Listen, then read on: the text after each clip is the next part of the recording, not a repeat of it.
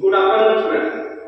আজ তোমরা সবাই খুব খেলাধুলা করো, ছোটাছুটি করো। আর এই খেলাধুলা ছোটাছুটি করতে করতে তোমরা সবাই হোঁচট খেতে কোনো পড়ে যাও বা তো হোঁচট খেয়ে পড়ে গেলে আমাদের কোথাও না পায়ে হাতে কাটাপোড়া হয়। তো আচ্ছা, কাটাপোড়া হলে আমাদের শরীর থেকে কি এগুলো কি বের হয়? আচ্ছা বলো। হ্যাঁ, রক্ত বের হয়। ভালো, তাহলে আমরা যদি পড়ে যাই খেলতে গেলে তাহলে আমাদের শরীরে কোনো কি বের হয়? রক্ত বের হয়। আচ্ছা, রক্ত তো লাল রঙের হয়, তাই তো? তো রক্ত লাল হওয়ার কারণ বলতে হবে, আর রক্তের সঙ্গে আর কি কি উপাদান থাকে বলতে হবে। তো আজকে আমরা কি জানবো না, রক্ত কেন লাল হয়, এর মধ্যে কি কি থাকে, ঠিক আছে? তো আজকে আমাদের জানার বিষয় কি না, রক্ত। আচ্ছা, রক্ত অ্যাকচুয়ালি কি হয়? রক্ত মানে কি? এটা জলীয় না, তরল অংশ না কঠিন অংশ? তরল অংশ। তাহলে রক্ত হচ্ছে একটা তরল অংশ।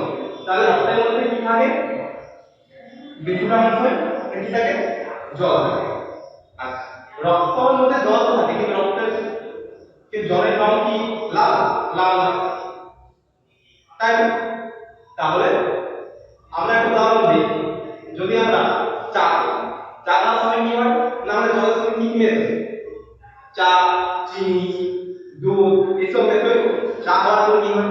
চা খাওয়ার পর না চায়ের রং, চায়ের গন্ধ, চায়ের স্বাদ কি জলের মধ্যে থাকে? তাই তো?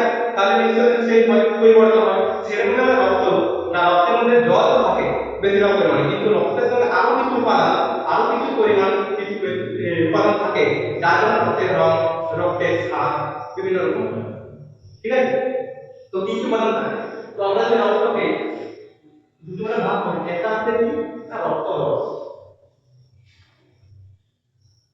রক্তরস, তাই যেটা বলা হয় প্লাজমা। রক্তরস প্লাজমা বলতে আমরা জলীয় অবস্থায় বলি। আরেকটা উপাদান থাকে যেটা আমরা বললাম চিনির মধ্যে, চিনির দানা, তারপরে চায়ের দানা, তো এর মধ্যে রক্ত তৈরি।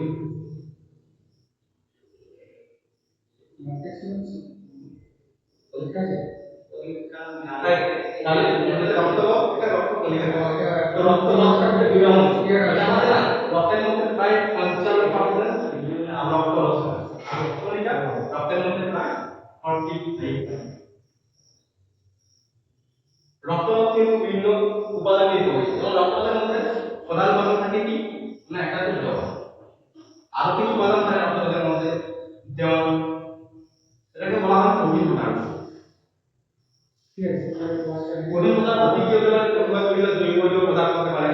জৈব পদার্থ বলতে যেমন বিভিন্ন খনিজ পদার্থ, ফসফরাস, ক্যালসিয়াম, পটাশিয়াম বা বিভিন্ন প্রোটিন, অ্যামাইনো অ্যাসিড, হরমোন, এগুলো সব কিসের মধ্যে পড়ে? এগুলো প্রোটিন পদার্থের মধ্যে পড়ে। দিলা নিয়ে এবং জল নিয়ে দিলা কি হচ্ছে না, রক্তরস হচ্ছে। এবং রক্তকণিকার মধ্যে যে তিনটি প্রধান উপাদান থাকে কি কি? একটা হচ্ছে কি লোহিত রক্তকণিকা, তাই তো?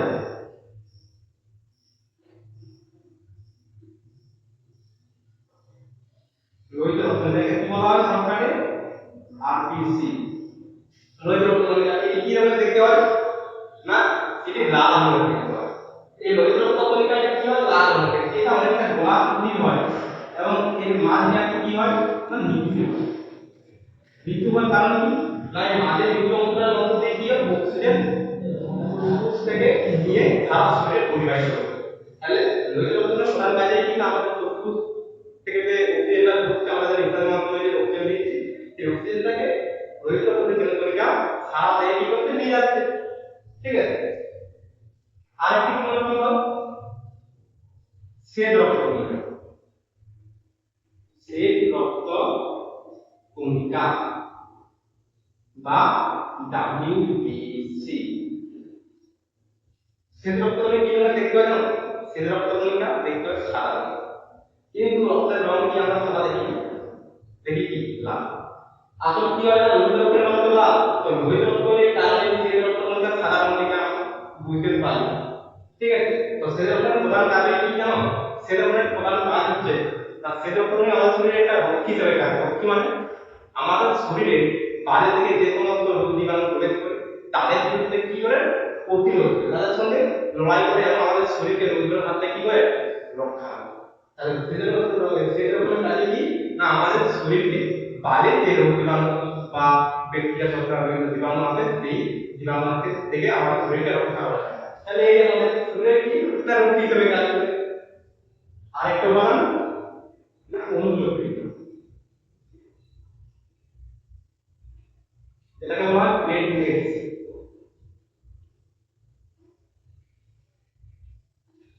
অনুচক্রিকা কি না অনুচক্রিকা দেখতে আরেকটা উদাহরণ রক্তের, যার কাজে হচ্ছে কি না আমাদের শরীরে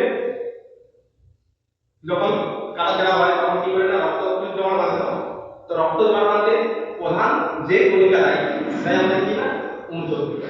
রক্ত জমা বাঁধার জন্য বা রক্ত বন্ধনের জন্য অনুচক্রিকা গুরুত্বপূর্ণ ভূমিকা পালন করে আমাদের শরীরে।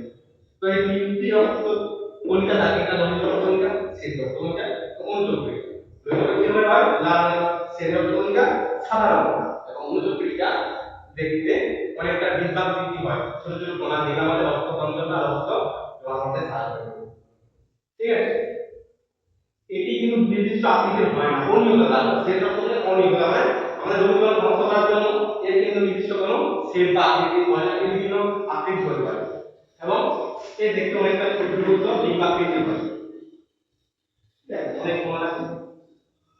তো এই হচ্ছে আমাদের রক্তের উপাদান, এবং এর পরের ক্লাসে আমরা দেখব রক্তের বিভিন্ন উপাদান এবং আমাদের যে এই বাড়ি থেকে জীবাণু আমাদের শরীরে ডাইরেক্টলি প্রবেশ করে নাক, মুখ এবং বিভিন্ন কাটা অংশতে এবং সেই সব জায়গায় কি কি উপাদান থাকে যারা কি করে না আমাদের কোষজনকে বাইরে থাকা থেকে বা কোষজন আমাদের রক্ষা করে। যেমন কি কি হতে পারে মুখ, শ্লেষ্মা বা পিতুটি, এই সমস্ত উপাদান কি না এই সমস্ত উপাদানগুলো আমাদের শরীরে ডাইরেক্টলি আমাদের ওপেন জায়গাতে থাকে এবং এগুলো কি করে আমাদের শরীরের রোগ জীবাণুকে বাইরে রাখতে রক্ষা করে। ঠিক আছে, তো এটা তোমরা আরো পরের দিন জানো। তো আজকে রক্ত এবং তার বিভিন্ন উপাদান জানলাম।